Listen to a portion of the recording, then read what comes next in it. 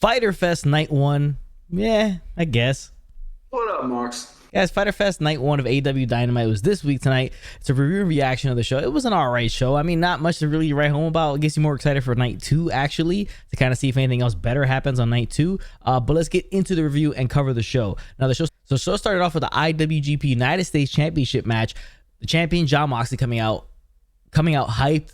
Live crowd. The crowd was on fire for him. He's taking on Karl Anderson of the Good Brothers, Machine Gun Karl Anderson. Now you have Eddie Kingston outside and Doc Gallows. They start brawling into the crowd. You know, when the match starts, it's a solid match. It's a match between the two guys, and Moxley defeats Karl Anderson. It's a good way to start the show off, obviously, because he comes out to the crowd with, Wild Thing on, and everybody sings with it. So it's a good way to start the show and get it off hot.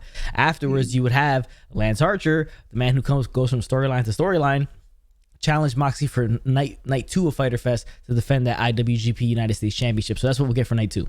Yeah, I thought it was a great way to start off the show. A hot match. Karl Anderson just seeing a singles match again, like old school Japanese Gaijin style, was legit. Mox, I mean, new haircut, a little balding, look a little chubbier. I guess he's looking more like a dad these days. That's cool. But yeah, I mean, kicked ass. It was a Mox style match. It was a good match to start off the show, like I said. And yeah, guys, be excited for next week more than anything. But hell of a start. Yeah, Mox looks a little battered. A little battered. Like, I guess he's got to sleep with a little bit swollen and stuff. You see in his face, it's a little bit swollen, a little bit like retaining a little bit of water. You know about that stuff right now. Yeah, you have a newborn. I know what that's like. It's a rough situation. So I know exactly what Jon Moxley's going through right now. So that's what he looked like. Yeah. So the next thing on the show was the FTW Championship. Supposedly this thing's been defended 5 times, like 4 times or 5 times. Yeah. When? I have no idea. But it's Brian Cage taking on Ricky Starks. Now, this is kind of like an infight in Team Taz, but it's kind of set up as like, oh, let's get this all, like, get it all out of the system, and we'll be back to normal as Team Taz. Now, I think this could be the end of Brian Cage in AEW, or soon coming up, because the crowd was not really for him. They were all about Ricky Starks. The crowd was hot for Ricky Starks. And yeah, I've always said Brian Cage is more of a WWE guy. He just has the look. He doesn't fit in AEW, to be honest with you. So they have a solid match between the two of them. And in the end, you have, at one point, Ricky starts going for the FTW title to use it on Brian Cage. Will Hobbs stops it from happening. So there's kind of like a rift right there. But you get a swerve. And in the end, Hobbs hits Cage with the title and allowing Ricky Starks to win and win.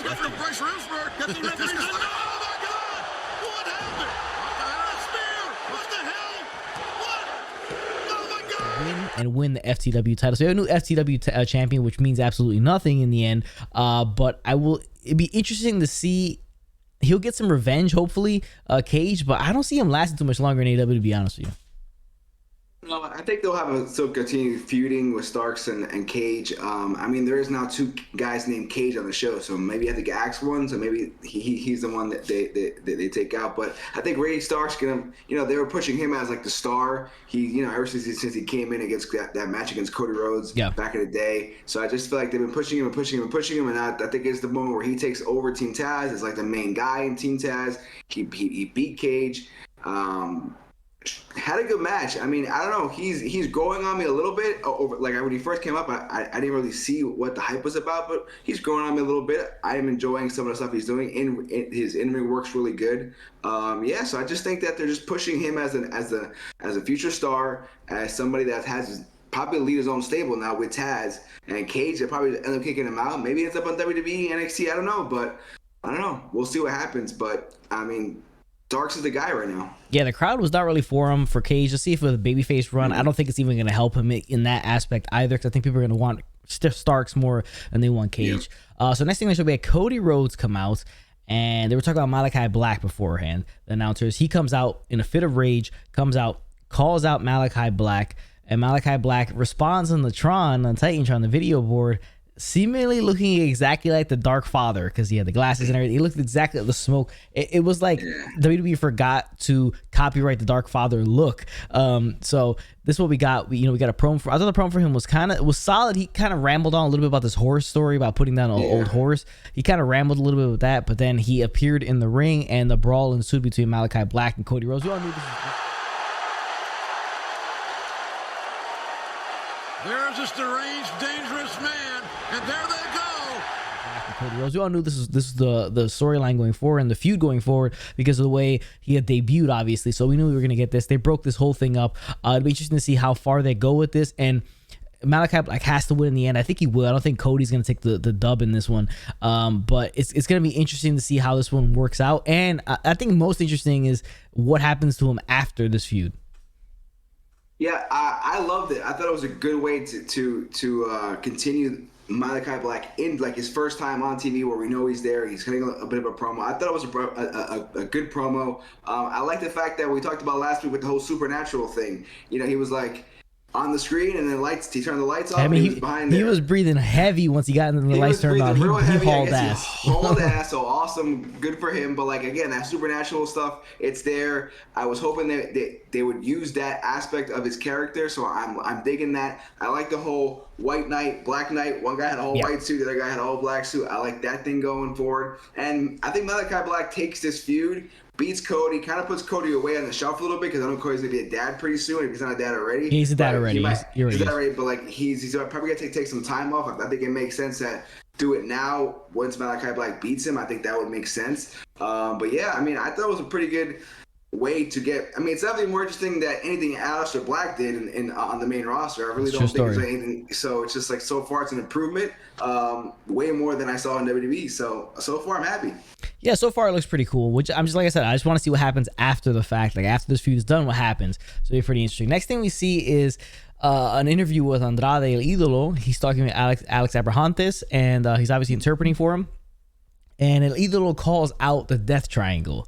So that was kind of out of left field. We didn't think that was going to happen. So he calls out Death Triangle. We haven't seen Pac and Phoenix for a while. We've seen Penta with along with Eddie Kingston. So we'll see what goes down. We'll see if he challenges. I would love to see him against all three guys, to be honest with you. That'd be awesome to see him against Penta. Phoenix with him would probably be absolutely just bonkers of a match. So excited to see that. The next thing we get is Hangman Page speaking. He comes out and he's talking to Tony Schiavone, which Tony Schiavone thinks are funny because he never really. He asked one question and the interview's kind of over. He gets interrupted by the Elite. They start attacking him. He fights back. Here comes the Dark Order to kind of help him out. In the end, obviously Page wants a title match, but what he's going to get is a 10-man tag, 5-on-5. And the proposal is that if the Dark Order and Hangman win, he gets a title shot against Kenny and Dark Order gets a title shot against the Bucks. If inverse, the opposite happens, the whole Dark Order loses out on everything. Lose out on the tag team title match, lose out on the AEW heavyweight title match. So I thought it was a good segment. It was solidly done. The Bucks look and these guys' looks are funny. They change every week. Yeah, they're kind of over the top. I understand where they're going with it. And it's just interesting to see that whole aspect of the characters. But yeah, this is what we're gonna get, and it's gonna go forward. And I'm assuming it's gonna end up. All roads are gonna lead to All Out. Yeah, I think this is a way to prolong the feud. We're gonna have AEW loves the 10-man tags and those multi-man tags, so this is just another one to throw in there. It should be fun. You got top guys in there, the Elite versus Dark Order and Cowboy shit. So I'm excited. Let's do it. But yeah, all roads lead to Page, Omega, All In or All Out in Queens. This is what's gonna happen. I'm excited for it. So yeah, let's just get to there already because I'm digging the feud. Again, like I said last week, this is the best thing going on the show. It continues to be, and this was a great way to continue the feud. Yeah, it is. I mean, we'll see where it ends up. And like I said, I think all roads lead to All Out with this. I don't know if they're going to swap the titles, but we'll see what happens. Next thing on the show is an interesting one because Christian Cage versus Matt Hardy, a feud that's been going on for 20 plus years. So we got a match here. And the match is it is what it is. I mean, you can't. It's nothing great. Cage is the kill switch, gets the win. After the match, you have the Hardy family surrounding the ring trying to attack him. Jungle Boy and Luchasaurus make the save. This is interesting because Luchasaurus hoists up Christian Cage, and Jungle Boy has an interesting expression on his face, like if he has some issues with this and some jealousy towards Christian Cage because he's kind of maybe like taking away his tag team partner. So that was pretty interesting, a little subtle thing. I don't know if it was meant to happen or if it was just kind of something that just happened. Maybe they'll run with it. Maybe it was planned. But if it is planned, it's solid storytelling and kind of nuanced little subtle things that AEW has decided to do here. So that was pretty cool. Yeah, I thought it was it was a decent match. Nothing crazy, but how much can you expect from Matt Hardy? He can barely move. Cage looked good though. Christian goes there and looks solid. He hasn't wrestled in 10 years, almost feels like. So it's amazing that he's even this good at this moment. He's just a natural. But a feud versus him and Jungle Boy, I think they can elevate Jungle Boy going forward. Maybe he's the heel or he's like the angry, I don't know, maybe a tweener type of thing or whatever. But we'll see a different solo run for Jungle Boy. That's kind of what everybody wants to see and see if he can be a heel or a babyface, whatever the case may be. But have a little bit of a solo run against Cage, who, I mean, against Christian Cage. I mean, what can you do? I mean, come on. That's a great way to get your first big-time feud, singles feud going. Yeah, it'd be pretty cool. Next we got Britt Baker cutting a promo in ring. She's going to face Nyla Rose next week on night 2 of Fyter Fest. So solid promo by her. She really commands the mic and commands her TV time. Then we got Miro in a backstage kind of promo, cutting a promo. I love the religious aspect of it. I think that's always good when you incorporate that into professional wrestling. I think it always plays off well, whether it's heel or babyface, mostly heel. But it came off really good. And did anybody else notice the new TNT title? That it's like white and green? What's his reward? Yeah. Like I think there's some red on there, maybe a Bulgarian kind of flag type of title. He got, that's the 3rd iteration of this title. Yep, it's only like 18 months old. Yeah, less than that probably. So yeah, okay. I mean, I like it though. I wasn't hating on it. It looked good. Yeah, but it was good, solid stuff from them. I mean, everybody has to kind of establish themselves on a packed, bloated roster as everybody has to try to stand out as best as they can with the amount of time they have. Yeah. Next month we get Rampage. They had the commercial August 13th. Let's go. Let's go. Friday nights are going to be real busy. You got 4 shows, 2 of them on national television, that in order to get guys on TV, so we'll see what happens. But next in the show, Sammy Guevara versus Wheeler Yuta, making his AEW debut. It's whatever match. Guevara gets the win. Not much to talk about there, to be honest with you. Oh. Yeah, just Wheeler who? Yeah, exactly. Next thing on the show was Yuka Sakazaki versus Penelope Ford. Sakazaki gets the win. Not much to talk about here either. Yeah, I mean, I felt kind of like Penelope Cruz has been around. Why have her lose when we don't even know if this girl's going to be back? I mean, I don't know. It's just whatever. Yeah, it's like not much there. So it's just 2 kind of throwaway matches. They're just there on the show.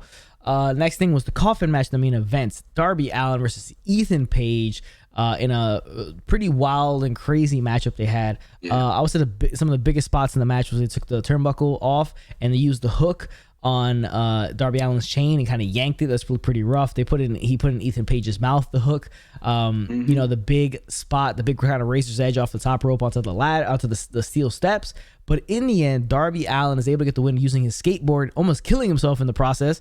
Like literally almost like crippling himself. The way he hit that skateboard and then bounced off the rope, and there's only 2 ropes, not 3. It's pretty interesting. But Darby Allin gets the win here. And then, if that wasn't enough, he decides to take this crazy ass fall, this coffin drop through a coffin, literally within inches of damaging his body for the rest of his life. But this is gonna be the highlight of the night. What a maneuver! Coffin drop a closed casket, is he? What the world? Oh my God! It's the highlight of the night. I mean, some crazy shit like that went down. I mean, the amount of the margin for error there is so small. If you notice, the edges of that coffin had these big, like, you know, wooden corners to it, and I mean, he could literally have absolutely put himself in a wheelchair if he was off by just a couple inches. But one nuts ass way to end the show. Yeah, I mean, Darby Allin, the guy likes doing crazy bumps, and I don't know how much longer he's have a career. It's almost like he's like Mick Foley type. It's just, but he's so much smaller than Mick Foley, so I'm not even sure his body can withstand all this stuff. I mean, like that, when he got thrown down those concrete steps a few months ago, like that was a horrible bump. And I mean, he just destroys his body. But this was a crazy move. It was nuts. It was just, you know, oof. It was painful. I'm not even sure who got the worst of it, really. But yeah, exactly. I think Darby got the worst of it, so I don't know. But it was nuts. I mean, that's Darby for you. The guy's a risk taker. He's nuts. You just gotta appreciate it and hope he doesn't kill himself on live TV one day. Exactly. I mean, for a guy who lacks size and stature, he makes up for it in enigmatic charisma and crazy ass a disregard for his own safety. But guys, that was Fyter Fest, AEW Dynamite Fyter Fest, night number 1. Our review and reaction of the show. It's a halfway decent show. We're more excited for night 2 because let's see what comes out of it going forward. But good to see fans in the greater Austin era that they were in, Austin, Texas, the great state of Texas. Appreciate you guys for tuning. Make sure you drop a like on this video, hit the chair in the corner for it hits you first, and sub to the channel, and we'll catch you guys on the next one. Later, Mox.